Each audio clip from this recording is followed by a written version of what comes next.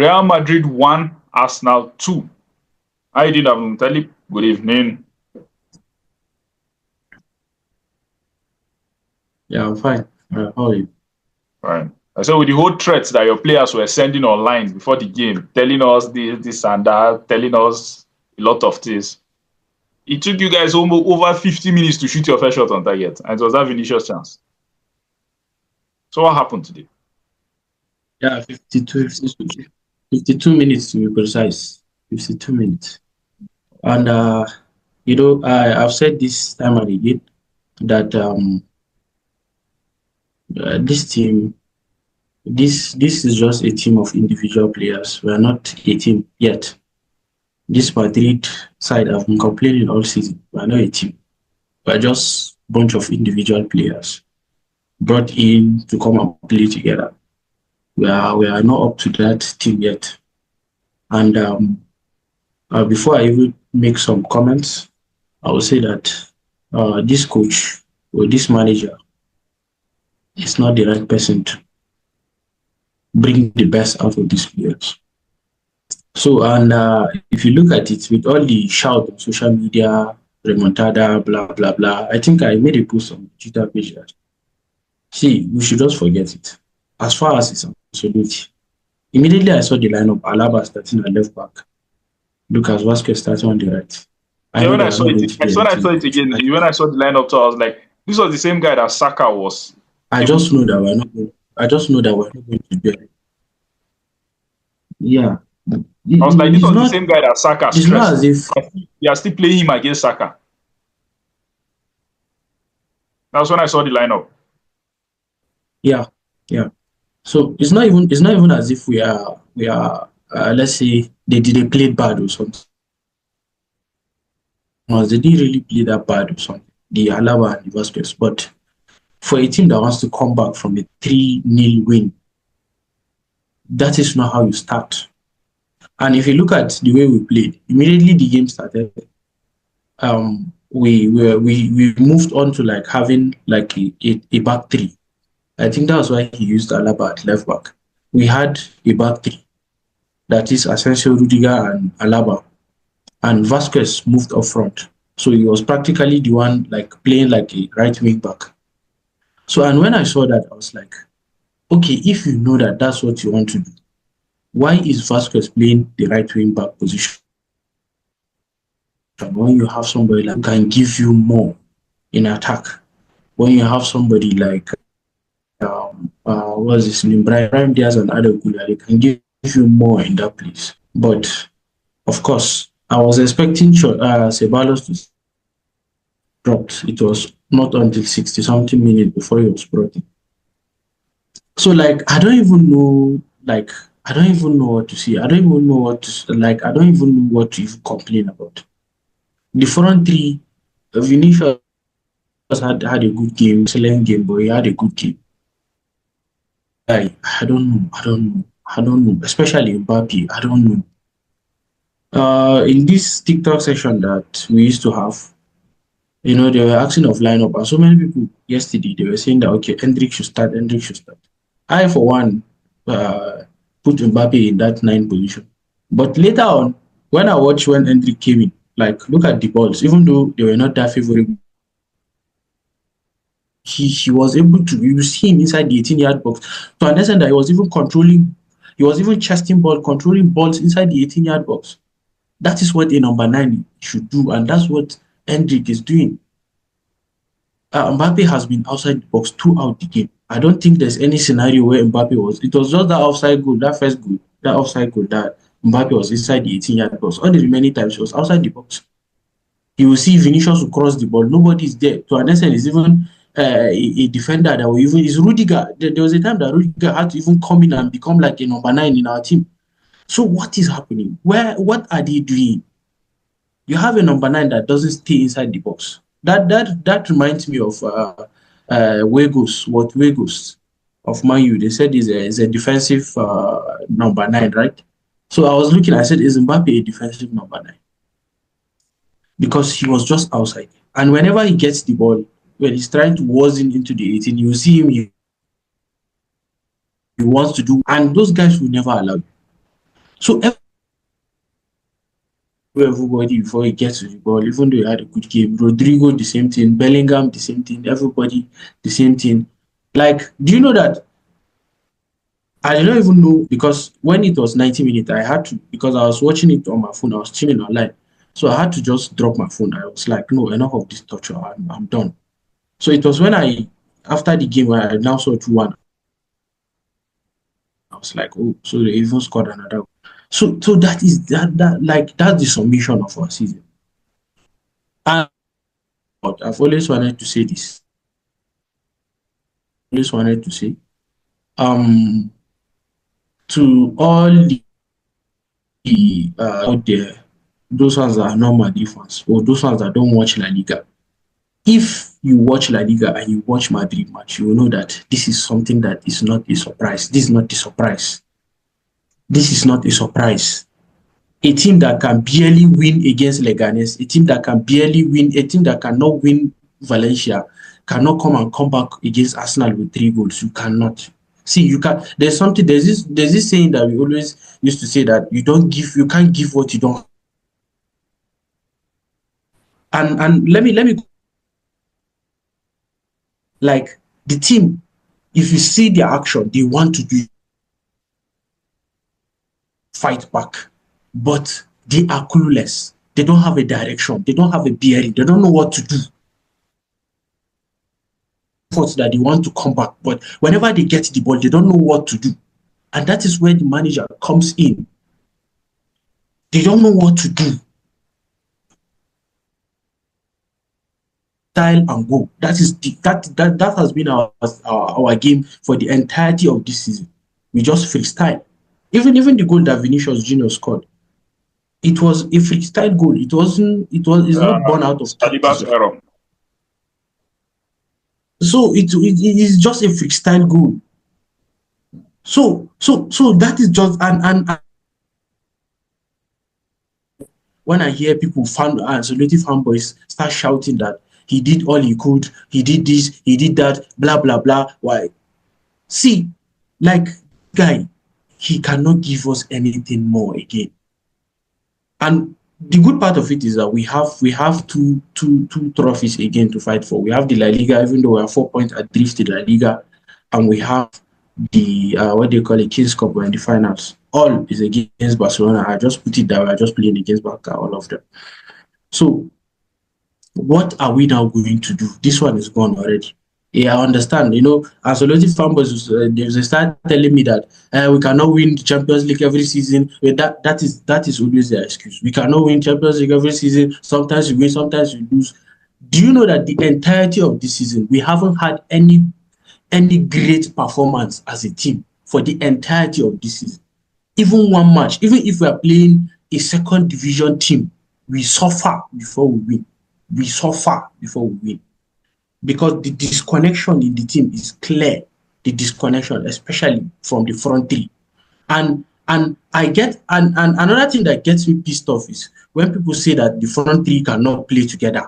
That's a big lie. The front three in PSG, I mean the front four in PSG, Kvaratskhelia, Bakola, Desire Doué, and Dembele, they are all wingers. And they are playing together perfectly. So what is happening with us? What is wrong with us?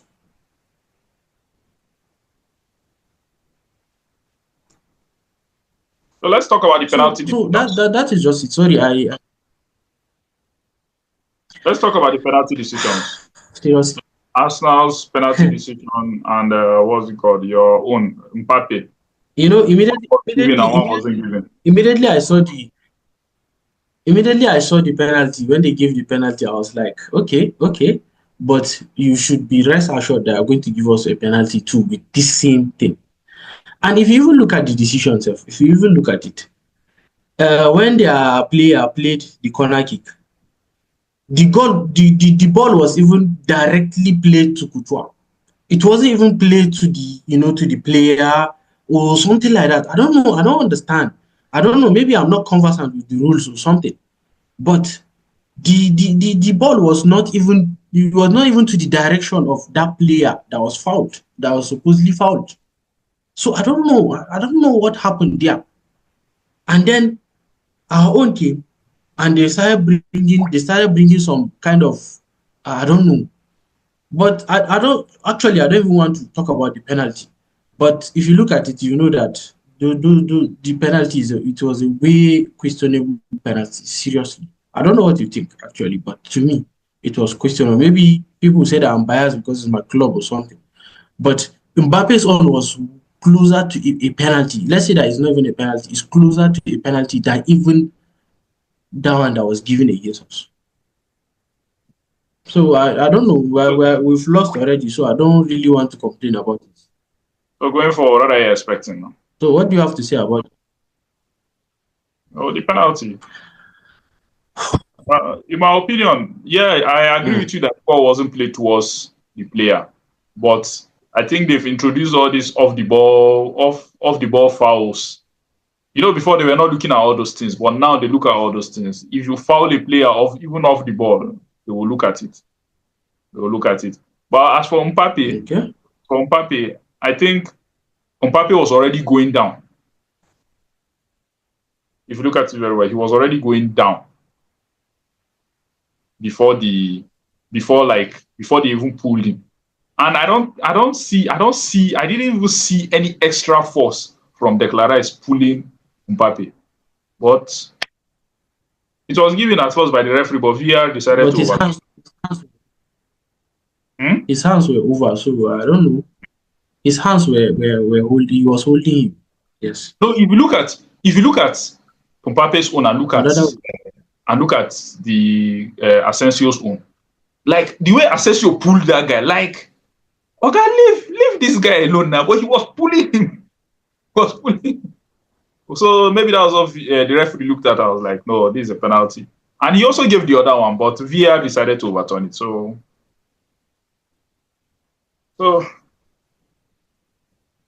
but I was like, going for what next now? What do you expect the club to do now? going forward, going forward, I think Yeah, I know that you have two trophies it's to been fight. clear. You have two trophies to fight for, but Yeah,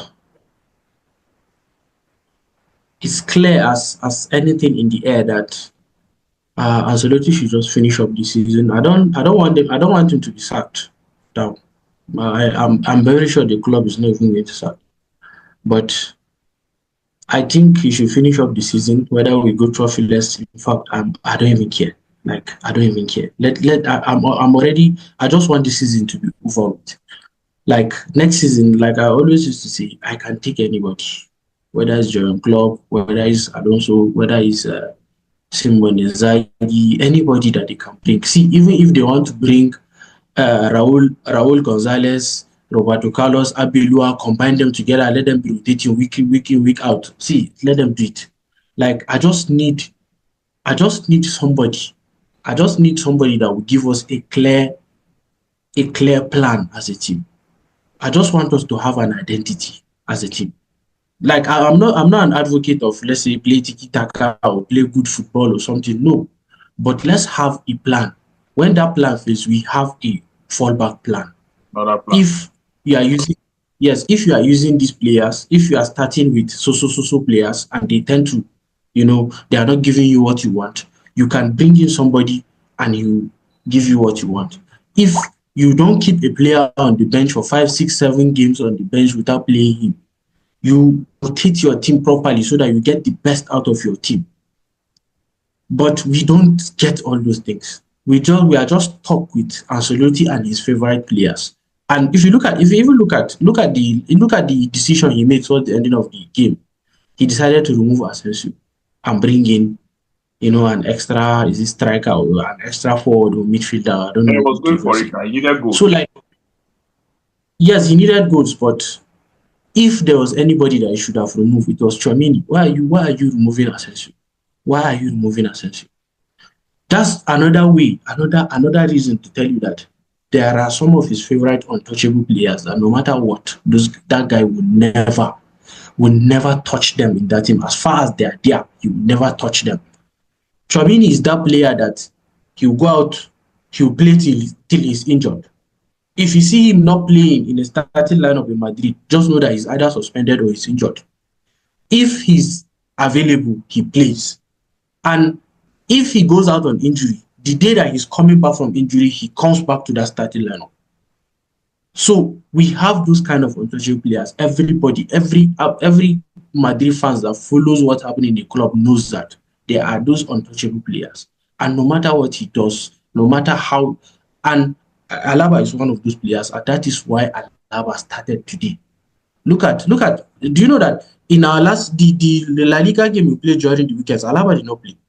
So if you know that you want to use Alaba, it would have been a very good decision for him to even start Alaba. Let him start the game at a left back so that you have the rhythm and you Yeah, have the Madrid game, the everything to come and play. But Alaba did not play that game, but he started this game as a right back, left back. Sorry, Lucas Vasquez. Everybody say Lucas Vasquez. No, no, no, no, no, no, no. Lucas Vasquez started. So he's stubborn. No matter what you do, this guy will not change. And if he's coming, if they decide to keep him to next season, I am telling you, the humiliation we're going to get is even going to be bigger than this. And Madrid fans can say whatever they want to say that he needs to buy players, they need to buy. See, carry $1 billion, give Ancelloti, it's still going to be the same thing because you end up buying ready-made players. Let me close with this. I was having a chat with an Arsenal fan yesterday, a good friend of mine.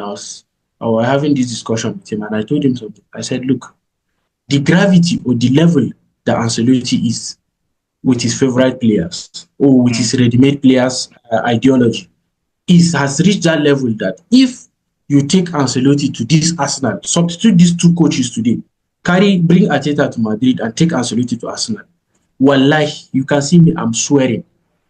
You see those Zinchenko, you see those that Zinchenko, they are the ones that will be playing. You see that Lewis Kelly will not play. He will not play. He will not play. You see those younger players, those guys that are, you see those that are Merino, them they are playing. You see those that are Trossard, those guys are the ones that will be playing. Jorginho, they are the ones that will be playing. That's Ancelotti for you. That's to sum up who Ancelotti is for you. He has done whatever, he has done the best he can for us. I think the ending of the season, whether he has won it, whether he wins any trophy or not, I think he should just go. If we are not going to get Alonso, then we should look for another alternative. There are so many coaches out there, Mourinho, Allegri, so many of them are out there. Even if it's one season, they are going to give them on probation. One season, if he does well, they will give him another season. Then let's go. But we are tired. Seriously, I'm just tired. I'm just tired. All right, Hamisu, thank you very much for joining me. Thank See you you. next time.